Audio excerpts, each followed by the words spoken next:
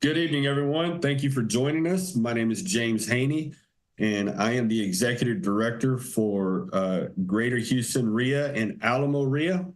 And we are doing a special webinar tonight with Mr. Bill Twyford. He is in Colorado, and he is a longtime investor. Him and his wife, they help people in foreclosure, divorce. They help any kind of distressed sellers, and they teach something that you will not hear anywhere else. They really, truly help the sellers solve their problems and get out of their situations. And tonight, he's going to share with you how you can build a seven-figure real estate business through foreclosures. So with that being said, thank you, Bill. We just had a couple of great meetings in San Antonio and Houston. And so I definitely appreciate your time tonight. We can't get enough of you. Well, thanks, man. I'm glad I'm on here tonight, and we'll see. We're going to talk a little bit about building a seven-figure income and how to structure that. So I'm going to put my screen up. If now's a good time, will that work? It works for me. All right. Put this up here. All right. Can you see that? Yes. All right. Good deal. Okay. Let me get everything going. All right. We're going to talk about finding deals, work in the right area, building predictable, duplicatable business to build a seven-figure income. Okay. So what we want to do, guys and gals, is really go in there and build a system to where if you guys live in, let's say, San Antonio, or you live in Austin, or you live in Houston, and all of a sudden, you know, you're going to move to Chicago, Illinois, or you're going to move to Florida, I want to show you, and we're going to do this over the next 2 weekends too. I want to show you how to build a seven-figure income and build a duplicatable business to where you can go anywhere in the country and start this business and get this rocking and rolling. So I want to make sure that we have, you know, all of our ducks in a row, and we're structuring something like this because getting to a seven-figure income, it's just like anything else. It's work. You've got to have a system. You've got to have the training. You got to have the right mentors. You just have to have stuff in order to get to seven figures. You know, you can get to six figures pretty easy in the real estate business, but getting to seven figures takes a different mindset, and it takes different things that you need to do to get there. All right, so let's get started tonight. Making money in a changing market. Okay, I want you guys to realize that you have to understand the market and when it's changing and what to do with it. Are prices going up? Are prices going down? Are there more foreclosures now or less foreclosures? Are there more price reductions now versus there was a year ago? Is there more inventory or less inventory? What's going on in your market? It's important that you understand that when you're working any specific market anywhere. Also, you got to know your numbers. Write these down. Attempts to contacts. How many attempts do you have to make before you talk to somebody? Whether it's a phone call, dialing numbers, knocking on doors, mailing postcards, doing social media, putting out bandit signs, whatever it is, know how many people you have to attempt before you talk to somebody. How many numbers do you have to dial before somebody picks up? The next thing is contacts to leads. How many contacts do you need before you get a lead?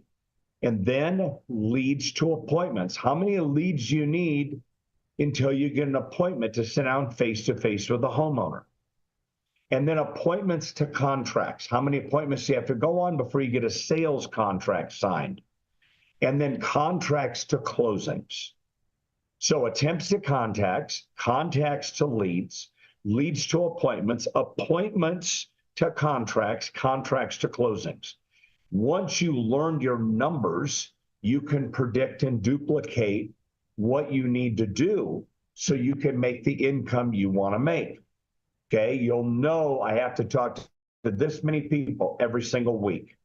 Okay, or I got to mail out this many postcards. I have to spend this much money on social media ads, whatever it is. Find the hidden deals no one else even knows where they're at, where they miss these deals. They drive right by them. So I'm going to show you how to do that this weekend, finding those deals, 30-day, 60-day, 90-day, 120-day late leads, where they're behind in payments and they're not in foreclosure yet. They're not a public record. Market indexing your areas is real important. Knowing what areas are hot in your market, what areas rehabbers are working, where your buyers want to buy. Learn how to index your areas. Learn how to negotiate with homeowners. It's so critical that you learn how to negotiate with homeowners, because a homeowner will feel compelled to work with you when they think that you'll be able to help them out of their situation, whether it's buying their house or buying time or just giving them some information about how to do a modification. But you have to learn how to negotiate with homeowners. You also got to learn how to negotiate with banks. If you're doing short sales or you're trying to get payoffs, reinstatement amounts, you got to learn how to negotiate with the bank. Also, increasing your language skills is real important in a seven-figure income, is learning how to use assumptive language patterns. And we'll talk about that over the weekend, how to do that. Also, classifying your areas. Where do your buyers want to buy? And when you're out driving for dollars, when you see rehabbers working or you see a neighborhood that has a lot of houses that have been rehabbed, that is a rehabber's market. And then know how to structure no equity and high equity deals. It's real important you know how to structure both of these. You also have to have your exit strategies in place. Are you wholesaling deals? Are you going to go in and find a homeowner in distress and do a high equity split with a homeowner? Are you going to rehab the property? Are you going to buy and hold? Are you going to take subject to and create a note? Or are you going to take subject to and keep it for a rental? Are you doing a short-term sub to and equity partnering with the homeowner? So there's a lot of different exit strategies in place that you can put in place when you find the right deal. I always talk about, and I said this the other night in San Antonio, also in Houston a couple days ago, I said it's all about the homeowner's motivation. Stop analyzing the deals before you go out. Just find out what the homeowner's motivation is, okay? That's the key. If they got a lot of equity, you know what they have? A lot of choice. A lot of people are chasing. If they have no equity, not many people are chasing those deals. Get consistent paychecks. The only way you're going to get consistent paychecks is to consistently fill in your funnel with deals. It's like I always say, do you have a full-time job? I do. Okay, do you get paid every week? I do. Why do you get paid every week? Because you consistently show up every single day to work. Same thing here. You got to be consistent with your prospecting, consistent with your qualifying, consistent with effective lead follow-up, consistent with going in and learning how to close people. That's how you get consistent paychecks. Most investors in this business don't have a mentor that shows them how to get consistent paychecks. So they make a check for $30,000 and then they go 3 months or 4 months without getting another deal. It's because they're not consistently filling their funnel. Okay, we're going to help you build a predictable and duplicatable business. Okay? Now, this kind of stuff we do. Now, if you happen to notice, this is before and after. We completely changed the looks of this house. So we buy properties in foreclosure, we fix them up, we turn them, we sell them. That's one facet of our business. Okay, we have other business where we buy a house like this and just sell it to a rehabber, wholesale it out. Okay, and that white stuff on the ground is snow. It is, because if you're in South Texas, you probably don't know what that looks like. but that's what it is. You notice this house is what we call a level 5 rehab. We'll talk about that on Sunday. And the thing that's really cool about that is you don't even recognize the house when it's done. You completely change the looks of the house outside and inside. Okay? Now, let's talk about goals and setting schedules, prospecting and finding deals, internet marketing, bandit signs, door knocking, target mailings, covert deal finding, driving neighborhoods, phone prospecting. Track your prospecting for 90 days. Whatever you do, work in 90-day cycles. If you're internet marketing, work in 90-day cycles. If you're door knocking, work in 90-day cycles. If you're phone prospecting, work in 90-day cycles. If you're doing mailings, work in 90-day cycles. We're going to talk about each one of these here in this presentation tonight. So let's talk about goals and scheduling quick. What is your goal in the next 12 months that you want to make in the real estate business? Write a number down. What's the average sale price for the home in your area you're going to work? Is it $300,000? If it is, take 10% of that price. That's what you're going to make per deal. So if you wrote down $300,000 you want to make this year, and you make $30,000 a deal, you have to do 10 deals. That's one about every 6 weeks, every 5 weeks. Not hard to do, but you have to prospect a lot, and you have to do a lot of effective lead follow-up. How many deals do you have to do in the next 12 months to reach your financial goals? And also, how many deals do you have to have in your funnel to reach that goal? Here's the thing a lot of people don't realize. You might have 5 deals in your funnel, but out of those 5, you might only have closed 2 of them. The other 3 might fall apart.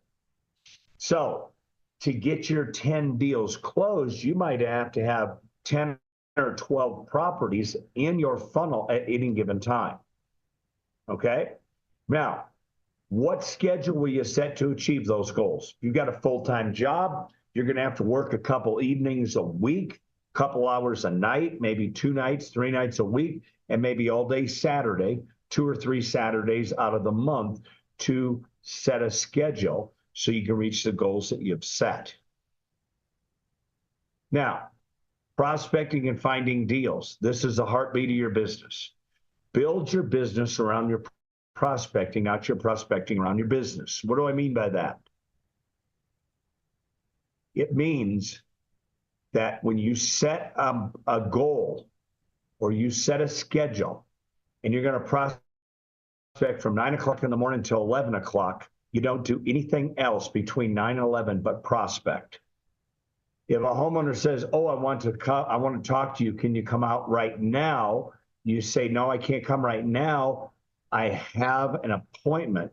I can come out at 1 or 2 o'clock, which is best for you. Work your business around your prospecting, okay?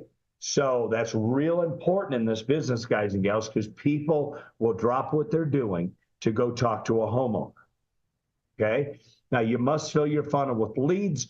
Do a little bit of each one of these things, whether it's social media, door knocking, phone prospecting, covert deal finding, target mailings, bandit signs, whatever it is you're doing, find out what you're good at and move forward with that one, okay? And you might do 2 or 3 of them, okay?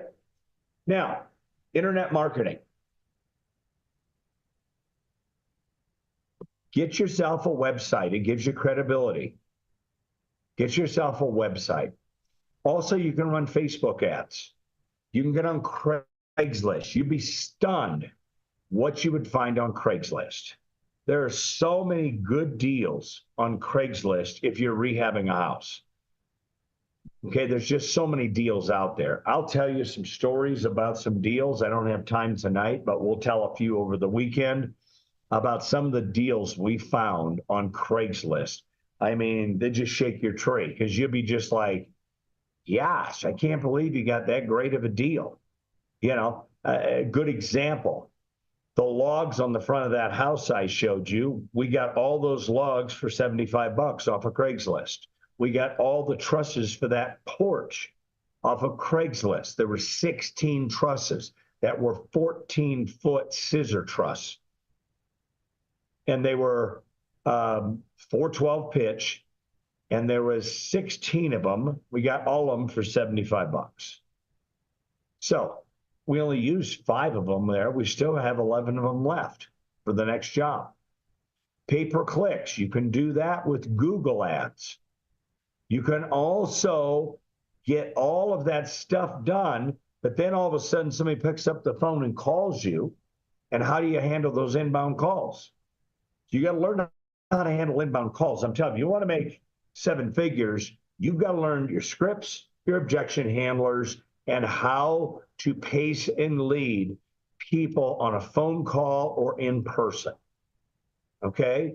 We're going to talk a lot about pacing and leading, and a lot about how to handle face-to-face communication and telephone prospecting and handling inbound calls. Now, first thing I do when somebody calls me off of one of my signs or any of my marketing, I'm going to say, hi, my name is Bill. I'm on a cell phone. I'm not in a great area. Let me get your name and number in case we get disconnected so I can call you back. What I'm doing is I'm getting people to give me information. Tell me a little bit about your situation. They start talking. And what's the address of that property? And how many payments are you behind? How much is your monthly payment? What are you seeking as a result of my help? You know, there's a lot of different questions you can ask, and you can pace the conversation. You can keep the conversation in your control by asking questions. When they're asking questions, they're in control. When we're asking questions, we're in control. Next thing, bandit signs. Bandit signs. Why bandit signs? These signs right here, are they illegal in your area? They might be. In some areas, they are illegal, but that's okay. Let me give you a tip. We put them in vacant, bank-owned, non-listed properties. They're not listed with a realtor. There's no realtor sign on the yard. They're bank-owned. We can tell they're bank-owned by all the papers that are on the windows that says this house has been winterized. If you see anything going on with this house, please call LPS Services. They're servicing, company, not a servicing company, but they're a property preservation company for different banks and stuff like that. So we put our signs in the yards of properties that are bank-owned, boarded up on busy streets, and those signs will be there for a year or two. Okay? Now, how do you handle those calls when they come in? You get a sign in the yard, you don't own the property, it's bank-owned, and somebody wants to buy it. Hi, I'm calling about the property I'm on 123 Elm Street. Kids, I see you've got a sign in the yard that says houses for sale, seller financing with a phone number.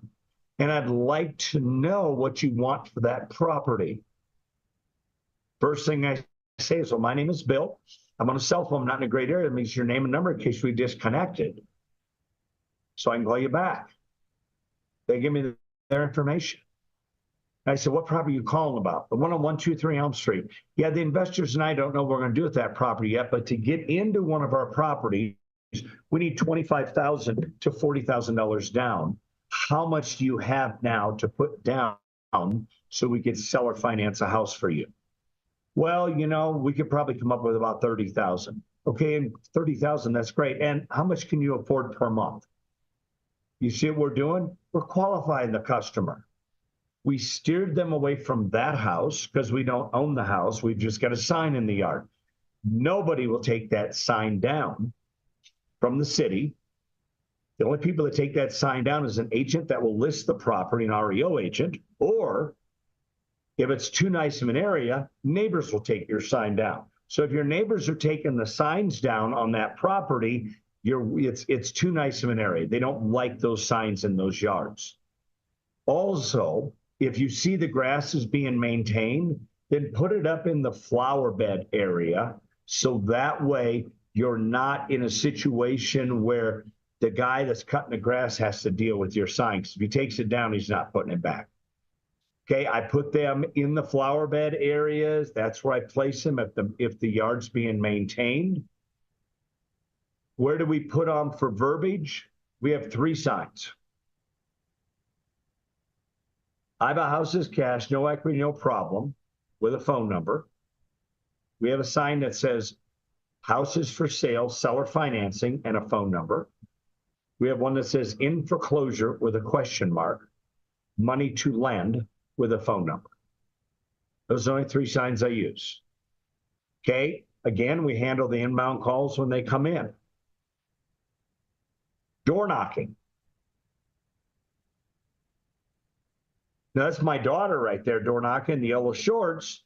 And that's also my daughter-in-law's sister. They team up and they go out, they knock on doors, they do foreclosure deals.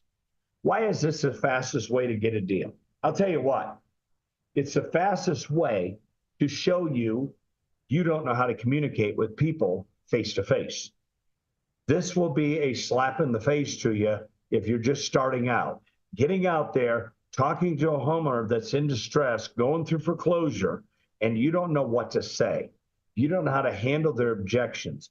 You don't know how to pace and lead them. And the thing is, that's one of the easiest parts of the business once you learn what to say. See, I just say, hi, my name is Bill. I was at the courthouse here today. I noticed you have a pending problem with your property, which means you're 1, 2, or 3 payments behind.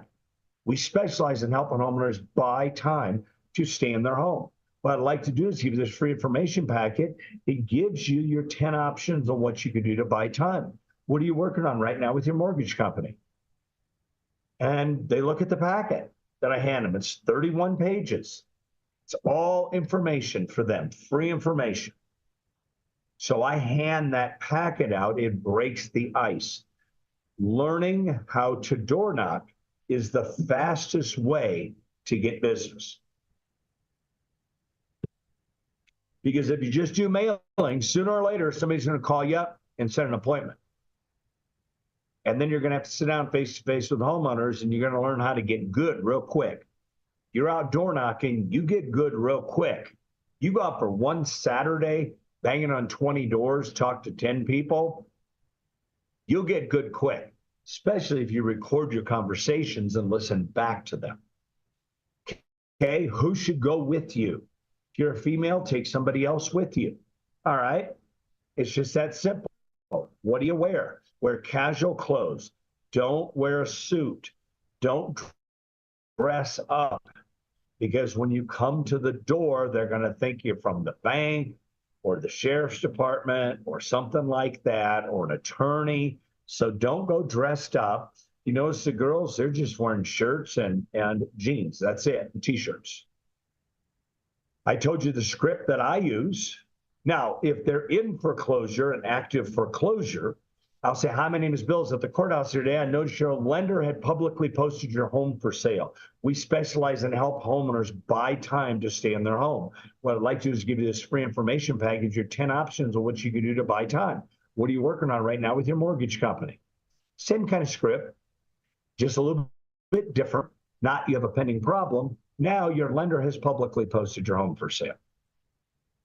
Okay? Now, what do you give the homeowner? I give them the 10 options, the Fed Up package. We'll have a whole session on that this weekend in San Antonio and next weekend in Houston. And I'm telling you, if you can go to San Antonio and then you can make Houston, go. It's the same workshop, but you will learn more the second time. It's like watching a movie the second time. First time you watched it, you picked up some stuff. The second time, you picked up a lot of stuff you didn't pick up the first time. Same thing here. You know, my mentor has always been Mike Ferry, Tom Ferry, and Matthew Ferry. And I knew Tom and Matt when they're in their 20s. So I'm really good friends with Tom Ferry and Matthew Ferry. And Mike Ferry's always been my mentor since 1994.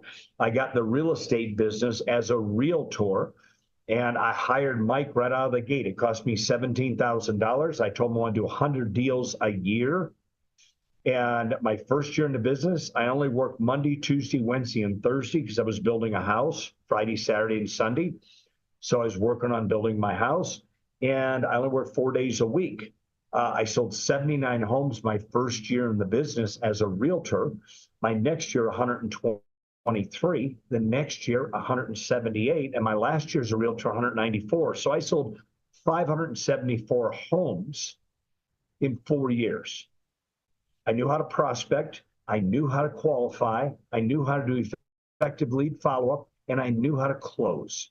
So I bring that into this arena.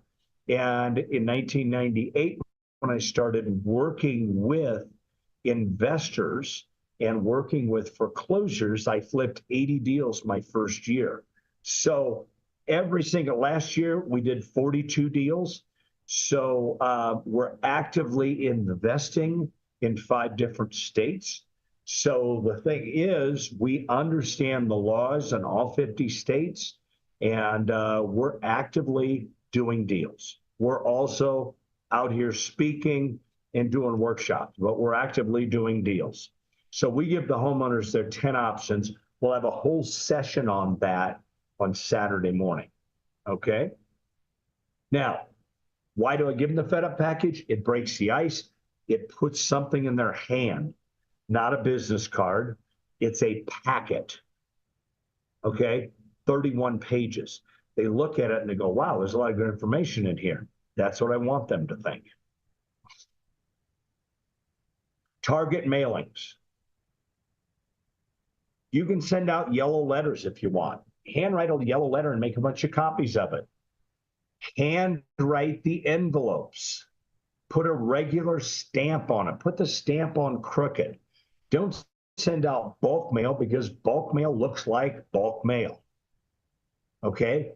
You put a yellow letter inside a white envelope, handwrite the envelope. You can have a company handwrite the envelopes too. There's nothing wrong with that because there's some of them now that look like they're handwritten. They really do a good job. But here's what I want you to do. I want you to go to Staples or Office Depot and buy yourself a red stamp, okay? And on that stamp, I want you to put check inside. And I want you to stamp that on the front of the envelope, check inside. Does that mean check inside, or is there a check inside? That gets people to open up your mail, okay? Because they're not going to want to throw it away. They're not going to want to throw it away like I did last year. I got a check for $240 some from my insurance company, some rebate check. Well, just looked like junk mail to me, and I just pitched it. About 3 months later, they sent me a letter, and they said, hey, we sent you a check for like $242 or whatever it was, and it's never been cashed. If you'll fill this out, we will send you another check. I'm like, oh, okay. Didn't know I threw it away. So it's nice to open your mail. So about a month later, I got a check for $242, made payable to William Twyford. So I put it in my pocket. I go to Ohio. I take my son with me, who you'll meet this weekend when you come to the workshop. And I'm emptying out my pockets in a hotel room. And, you know, he's emptying out his pockets. And, you know, he goes, hey, you got a check here, Dad. And he looks at it. And then on the back, he puts mobile deposit, signs his name, puts it in his account. I'm like, hey, what was that for? He goes, it says William Twyford. That's my name. I figured it was made up payable to me. So he took $242 from me. And I'm like, all right, you dude. So always open your mail. It says check inside. They will open it. All right, zip codes when mailing with postcards. If you're going to mail zip codes, if you've got enough money to mail 5,000 postcards once, and in that 5,000 mailings in that one zip code, find out who's in distress, bankruptcy, going through divorce, tax liens, you know, property tax liens, foreclosures, late leads, evictions. Pull out those 500 that are in some sort of distress. Mail those 500 10 times. Don't worry about the other 4,500. Mail the distressed people 10 times for the same amount of money as mailing once to all 5,000.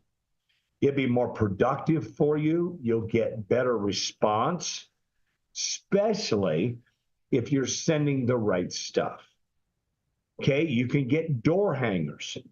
Door hangers, you can put the 10 options that we have on the Fed Up program.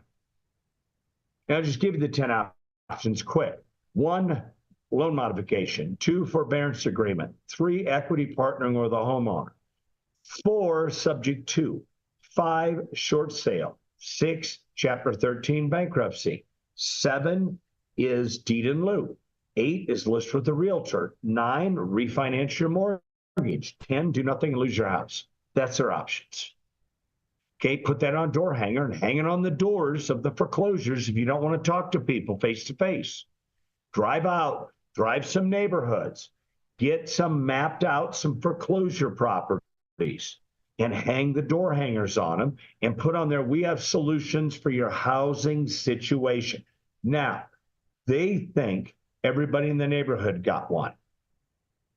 Okay, again, how do you handle the inbound calls? You got to remember, all this marketing is going to create inbound calls. You have to learn how to talk on the phone. You have to learn how to handle the inbound calls. The value of getting in front of people, that's why I tell people, you want to get real uncomfortable, because here's the thing. You want to make an uncomfortable amount of money. So to do that, you have to get uncomfortable. Because when you're comfortable, you're going to end up with the results that you have right now. And if you're not happy with that, you've got to put yourself in uncomfortable situations. There's nothing more uncomfortable when you're starting out than to go out and knock on doors of people in distress and try to have a conversation with them. There's nothing more intimidating than that for most people. Now, when you learn what to say and you learn how to say it and you learn how to pace and lead people and how to, go in and do pattern interrupts and things like that, it becomes so easy. And you really don't have a lot of competition because people are afraid to go do that. But that will get you really good on the phone. That'll get you really good when you're sitting down face to face by having some experience. It's just like when we learned how to tie our shoes. We didn't do it the first time. We had to practice and practice and practice to do that. Okay, same thing with this. Once you get really good face-to-face with homeowners and you go on appointments, you're going to start getting 6, 7, 8, 9 out of 10 contracts when you get good talking face-to-face. Covert deal finding. Pawn shops. Look at here. We buy houses. Cut your number off, and there you go. You've got pawn shops right here, the mom and pop pawn shops. What we do is we give them an advertising fee when we close a deal. So when you go to pawn shops, you're going to ask them if you can put out We Buy Houses signs, and they're going to say no most of the time, because your phone number's on there. How do I know you're going to pay me? Because you remember, the people that run pawn shops don't trust anybody. Okay, they get lied to every single day. So just say, hey, listen, I'll cut my number off. When somebody comes in and asks about the sign, you send me the information. I'll call that person. I do a deal. I'll bring you a check for $1,500 or $2,000 for advertising. You close 2 or 3 deals, they'll say, listen, just put your number on the sign. We trust you now. Okay, you've closed our deals. And I always ask where the lead comes from anyway, so I can track what's working versus what's not working. That's a great covert deal finding deal right there. Church newsletters, little churches in the neighborhood. Church newsletters is a great place to advertise. Little business card. Don't put I Buy Houses cash on it. Put something like Home Rescue Solutions. We have solutions for your home situation. going through divorce, bankruptcy, question mark, divorce, question mark, behind in payments, question mark, loss of job, question mark, whatever it is. Okay, just put that in there. We have solutions for your property situation. Another thing, school newsletters. Put the same thing in the school newsletters. Okay, and that's elementary school newsletters. Car signs and wraps. That's a great form of advertising. Well, Bill, I think those look really tacky. Yeah, they do. But after you cash a check for like 25 grand that came off your car sign, the tacky factor goes way down. Okay. Bumper stickers. You could put bumper stickers out there, not on cars, but at drive-ups. There's a lot of drive-ups. And I saw some in Texas at some of the drive-ups. People put stickers because people are sitting there waiting for their food. There's one right there. That's one of my daughter's bumper stickers. She puts them at coffee shops. Bail bondsmen. Bail bondsmen are down by the jails, down by the courthouse. Okay, they have deeds to properties. And then signs on fences like this. We buy houses, no equity, no problem, and a phone number. Driving neighborhoods. When you drive a neighborhood, drive slow, guys. Keep it on 4 wheels, okay? Because a lot of people are going from one house, this house is in foreclosure, property A. Now they're going to go to property B, which is 10 blocks away, and they go as fast as they can get to get there. You have to be looking for rehabbers. You have to be looking for dumpsters. You have to be looking for houses for sale. You have to be looking for properties that, have deferred maintenance. You have to be looking for stuff like that. Look for lock boxes. Look for little things, tags hanging on mailboxes that say vacant. They're all over the country. Every state puts those in mailboxes. That's to tell the Saturday mail person, don't put mail in this mailbox. Okay? Like I said, rehabbers working on houses. Here's a big one. Signs for rent. Why are you writing down the number of signs for rent? Well, you're driving in a neighborhood and you're out talking to people in foreclosure and you see a sign that says for rent, call that sign up. Hi, I'm calling about the property you have at 123 Elm Street. Is that still available? Yes, it is. How much are you asking for rent? $1,800 a month. And how much is the deposit? It's $1,800. How many bedrooms is it? 3 bedroom, 2 bath. Great. Is this the only property you have in this area? No, I got 5 other homes. Great. My name is Bill. I'm a local investor.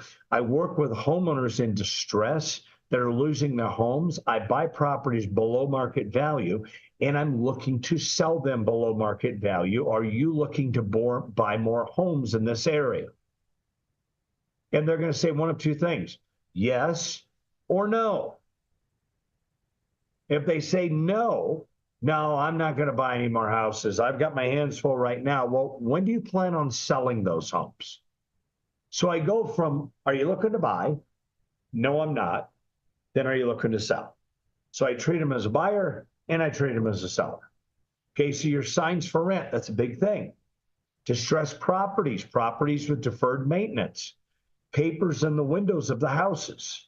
See, that's a big one. Hey, too. Bill. Yep. Hey, can you go through that script again when you call rent sign? Excuse me, say that again. Can you go through that? What you say when you call the script? Yeah. Yep. I call up for rent and I say, I'm calling about the property at 123 Elm Street. Is that still available? Yes, it is. Great. How much you asking for rent? $1,800 a month. And how much you looking for a deposit? $1,800. Okay. How many bedrooms is it? It's a 3 bedroom, 2 bath.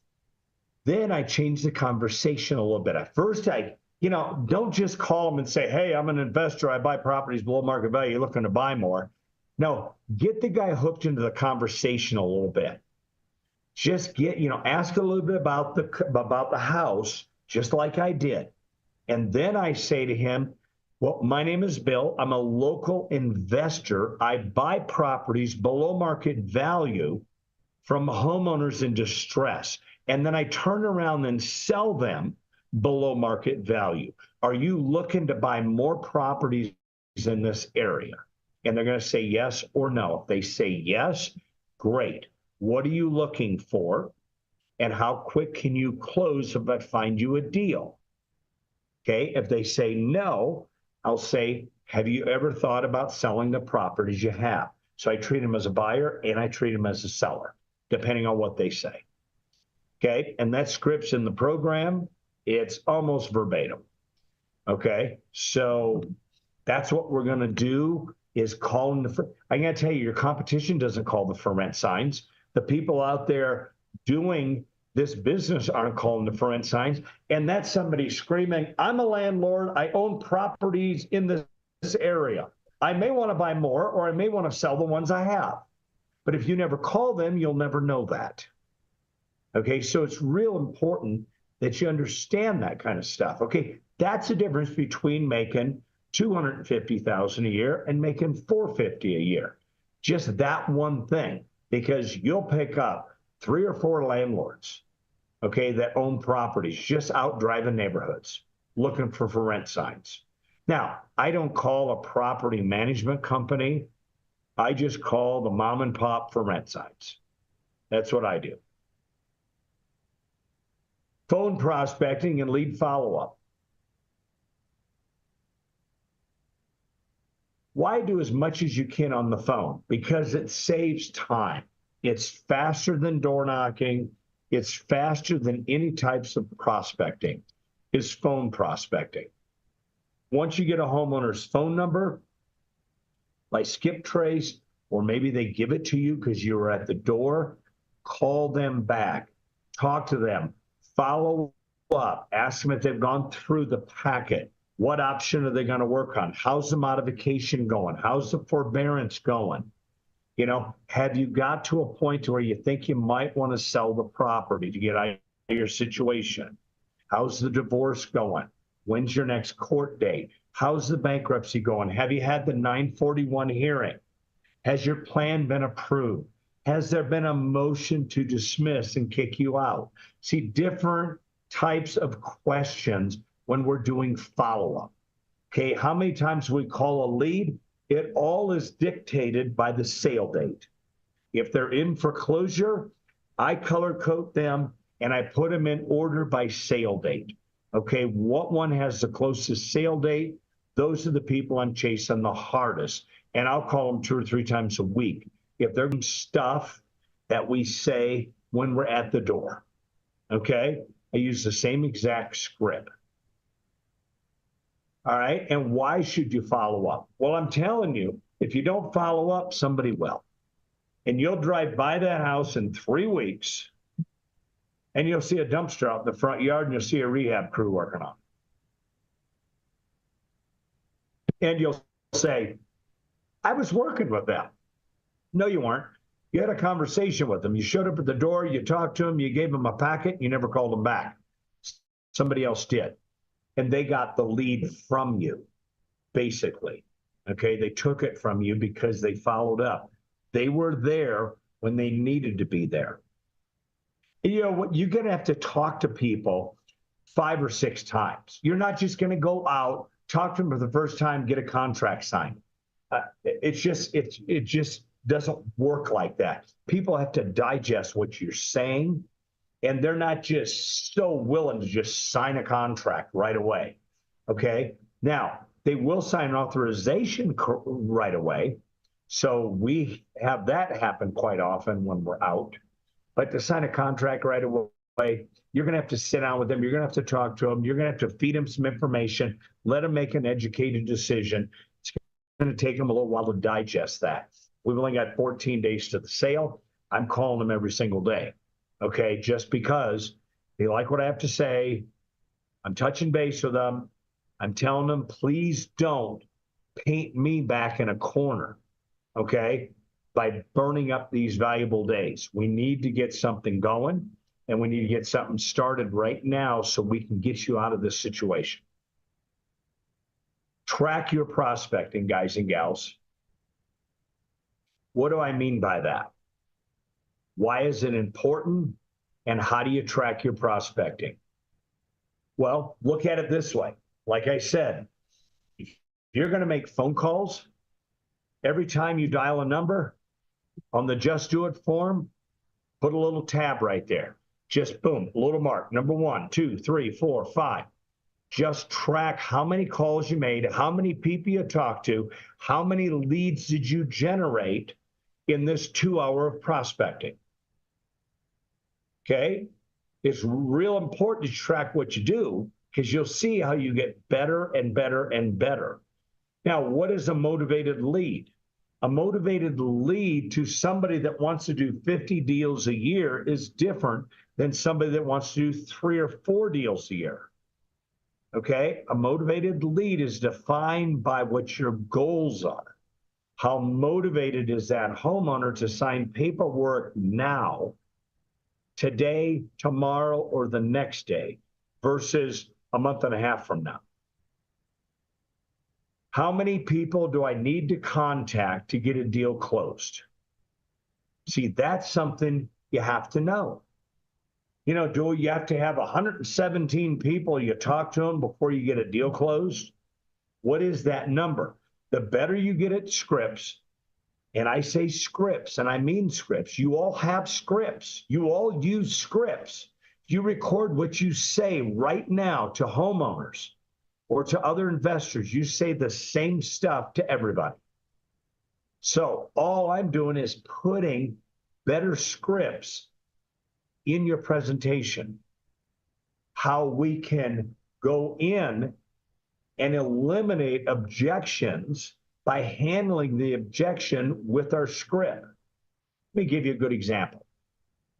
If I'm taking a property subject to, and the homeowner is going to stay on the loan, I'm going to say, you know, we're going to be taking this property subject to, you're going to stay on the loan. And I know you're probably thinking, how do I know you're going to make the payments? See, I just put that objection out there. I handled the objection before I got it.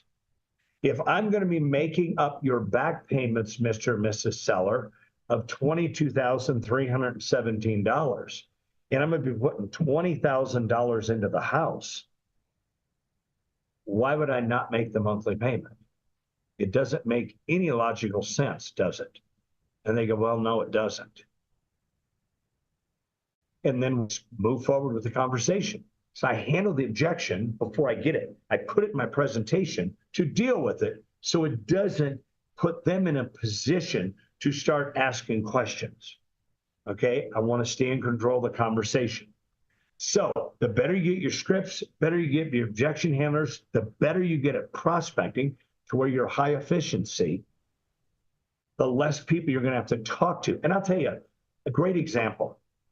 My first year as a realtor, I sold 79 homes. My next year, 123. My goal was 120 my second year. I made 123. My mentor, Mike Ferry, says to me, he goes, listen, you got to take the NLP class with Matthew. I said, how much is that? He says, $12,000. I'm like, oh. He said, okay. I said, Mike, I said, listen, my goal was 120 last year. I did 123. I said, I'm making $850,000 a year. You know, I don't need to learn this stuff. And he says, listen, you paid me $17,000 to mentor you.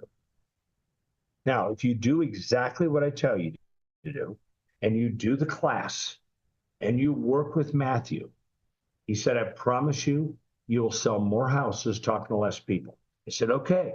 And I was a tracking machine. I tracked everything I did. The next year, I sold 178 homes. From 123 to 178, I talked to 25%, like 24.8% less people than I did the year before. And from then on, I thought, wow, this is powerful.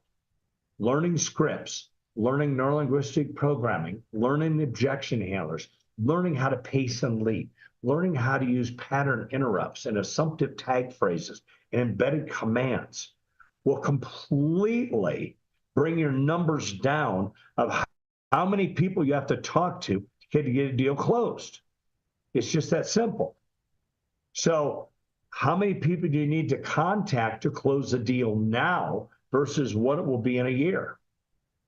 And it's going to take you 12 months to 18 months to build a predictable, duplicatable business. So how many people on the call tonight are going to be in real estate in another 18 months? Everybody on the call. So take the next 18 months and do exactly what I tell you to do, and you'll have a 6 to 7 figure, you'll have a mid 6-figure income. You just will, especially if you do about 60 or 70% of what I tell you to do. Okay, nobody does 100%. Hell, I only did probably 50 or 60% of what Mike told me to do. But I still did great as an agent. Okay, we want to work in 90-day cycles. So we talk about that all the time. You've got to track what you do for 90 days. Now, what we're going to do this weekend, I'm going to lay out a blueprint for you guys to how to get to 7 figures, okay? And I'm just going to skim through it right here. See, you've got all this stuff here to go through. Goals and scheduling, prospecting, the areas to work, tracking, all your distressed customers. You get them over the phone, door knocking, social media, mailing, marketing mailings, banded signs. You got to pre-qualify everybody. All right, there's a bug in here driving me nuts. Get away from me. And then you finally get a lead. Is it a buyer lead or a seller lead? Next thing, now you got buyers on one side, you get sellers on the other side. Your buyers are going to be landlords, rehabbers, and end users. Some are working with realtors. Distressed sellers, you got to learn scripts, how to break the ice, how to qualify their motivation. Got to find out what emotional mindset they're in. Acceptance is where they sign documents. There's your homeowner options. Your quickest paydays are option 3 and 4, equity partnering with homeowners and subject twos. Those are your quickest paydays. And then you get to structuring the deal. You got a wholesale deal. You got a rehab deal. You got structuring and no equity, a high equity deal. You got a short sale. Okay, you've got all types of things here. All right, structuring your deals. There's your exit strategies. You're going to rehab. You're going to maybe subject to. You might wholesale. Short sale is not an exit strategy. It's a strategy to build equity in a house that has no equity. Okay? So sometimes when you're rehabbing, it says you rehab, you're going to keep it in your portfolio, you're going to buy it in your entity and rent it out, or you're going to sell it to an end user after you fix it up and get paid. See, these are all your paydays are. Now, you got your closing of your short sales. You got deed restrictions. You got 5 different ways to close your short sales. I like option 4. We're going to talk about that Sunday morning. Then you're starting to make a lot of money. You got to learn how to invest it. Long-term rentals, where you're going to buy residential, commercial, multi-unit storage units, management. You're going to buy gold and silver. You're going to buy notes. You're going to buy crypto. Are you going to go ahead, invest, do some private lending, invest in yourself, invest with us? See, the thing of it is, once we lay this plan out, you start working with us. And when you're working with us, you're going to find out that we're going to cut your learning curve by 20 years. Now, here's what we've got. We've got a workshop coming up this weekend in San Antonio, October 19th and October 20th. And then we have the same workshop in Houston, October 26th and 27th. They're 9 to 5, all 4 days, okay? And what you're learning in the morning of the 19th does not build on what you need to know for the afternoon of the 19th.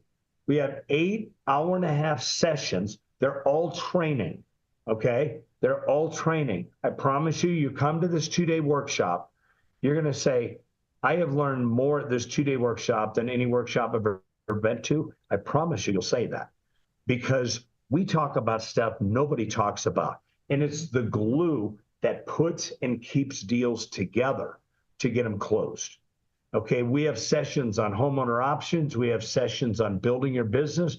We have sessions on rehabs, wholesaling, high equity, no equities. We have sessions on short sales. We have sessions on making six figures in 6 months. All these sessions stand alone as a 90-minute session. We stop, take questions, make sure everybody understands what we're teaching. We have one session that's just live scenarios, which you'll see that Sunday afternoon and go, okay, I don't know what I'm doing on this deal. What do I do here? And then we bounce a bunch of strategies off of each one of you with this deal or that deal or this deal. So we bring all that stuff with us, live scenarios, deals that we have going on, deals that we've already closed on, deals that we didn't do anything with. Okay, so with that being said, that is everything for tonight. Do we have any questions, James? Actually, 12 chats. No questions, but I did want to mention the links I've dropped a couple of times throughout this chat. I've dropped the link in the chat a couple of times, and I believe they're also going on Facebook as well. And then I'm going to put my phone number in the chat as well. If you want to register, you can also text me as well. Please text me, and then I'll call you. But please sign up as soon as possible. There's probably 4, 5, 6 seats left in each one. So go ahead and get those registrations in and let us know. Do you guys, there are no questions in the chat, but do you have any questions? If you do, if you guys want to open up the line for them to even ask the question, we can do that too. However you guys want to do it. I don't care. You can, that's fine. We can unmute. And we apologize, Facebook and YouTube. If you have a question, put it in the chat and then, or in the comments, not in the chat, but in the comments. And then Hal, if there's any questions on YouTube or Facebook, let us know, please. Mm-hmm.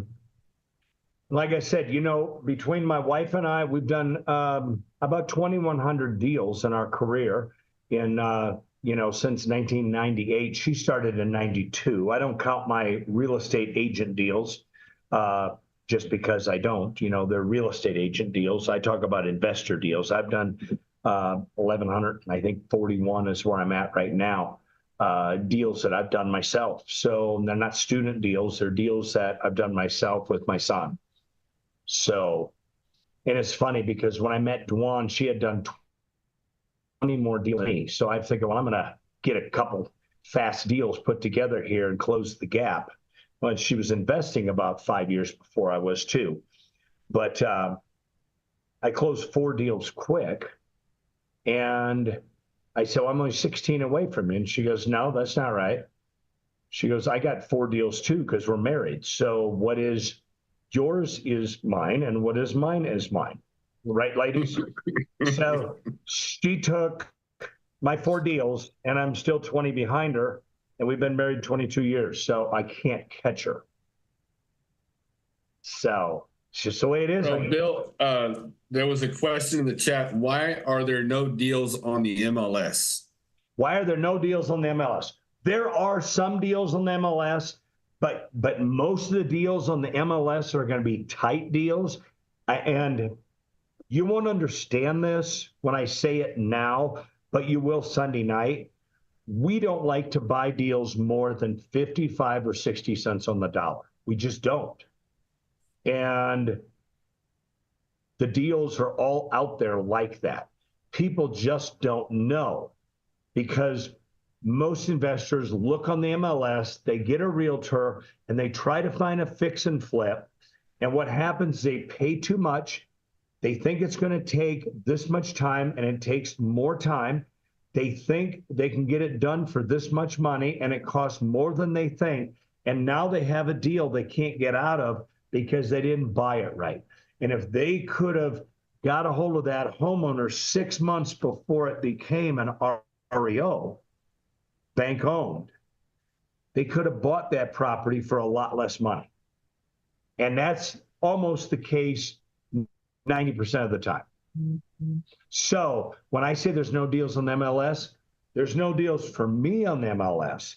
My son works some deals on the MLS, but he's made over 100 offers and have 0 people because he has numbers he works and his max to pay is here. And if they don't take that, he walks away from the deal because he has to buy it at a certain price to make it worth his time. He had a deal just a few months ago. He called me up because Daddy said, I've got this deal. I know what you're going to tell me, but it's going to cost me about $80,000 to get into it. And it's going to take me 2 months to rehab it.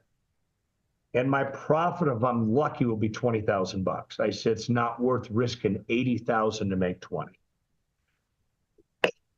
So he walked from the deal because there was too much owed. It wasn't an MLS deal. It was a direct to seller deal. And there was just too much owed. They were too far behind. It needed too much work. And when they owe like 80% and you need to put 10 or 15% into it, there's nothing left. It's not worth the risk. So the biggest thing I'm going to do is keep you out of those deals. We're going to keep you out of those deals and get you in deals where you're buying stuff at 50, 60, 70 cents on the dollar. Okay. And they're out there. And my son's got 5 of them right now that he could wholesale each one of them, make $50,000 on. But he says, listen, I don't want to wholesale them for $50,000. He says, I could sell all of them in one day and make $250,000. But he says, I know if I get and do the rehabs, I can make $150,000 on each one. So he goes, I'm going to do the rehabs on them. So he has a couple crews and stuff like that, him and his partner, and they do all the rehabs on them. They don't wholesale them because there's way too much money because they're buying them at such a discount because they're getting them under contract directly from the homeowner in foreclosure that's short on time. That's the key. It's all high equity stuff. And you have that all over San Antonio. You just don't know how to structure it yet. We'll show you that. So Bill, what is one of your favorite ways to find deals? Honestly, I just get a foreclosure list. And me personally, I get a foreclosure list. I map them out, cluster them up as tight as I can, get rid of all the outliers that are, 25, 30-minute drives from all the other ones. And I go and knock on all those doors of all those foreclosures. That's my favorite way to get deals. Okay, that's the fastest way to get a deal too, is to talk to people face to face. Now, that's not the only way to get a deal. There's a lot of ways to get deals out there. But if you're just asking what's the fastest way and what's your favorite way, my favorite way is to get out in front of people and talk to them. Find out what their situation is. Because you can sit behind a computer and analyze the heck out of this deal. And then when you finally get to talk to the homeowner, they have no motivation to do anything.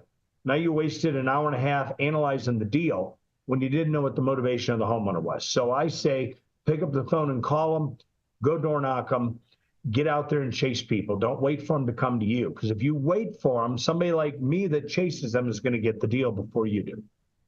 Almost 90% of the time. Awesome. Last call, guys. Any more questions? You can feel free to unmute if you want to ask a question, or again, if you're on Facebook or YouTube, just leave it in the comments and we'll either answer it or we'll go back and answer it later on. Do you guys have any other questions? Come on, Leonard. You got nothing? Debbie, Travis? Y'all are going to go out and make $1 million next week, right? That's right. I'm ready. You're ready. All right. I want to see all you guys at this workshop. Really, I do. I'm going to be there. Good. Good. Well, thank you, Bill. Let's hang on for a minute, but thank you guys for being here tonight. Definitely hope to see you again. I put my phone number in the chat. I put the links in the chat. So go ahead and get registered. We look forward to seeing you in San Antonio and Houston. If you have any questions, feel free to text me. Thank you guys for being on here. Thank you, Hal, for being our producer and getting us on Facebook and YouTube and everything like that. And thank you, Bill. And we'll be seeing each other in another few days. Guys, this weekend. My son and I will be there. My wife will not be there this weekend. Her dad went into hospice today, so she won't be there this weekend. But I will, and so will my son. And you guys will be so impressed with my son, I'm telling you. Tell her we're praying for her. Thanks, Debbie. I will. Yeah.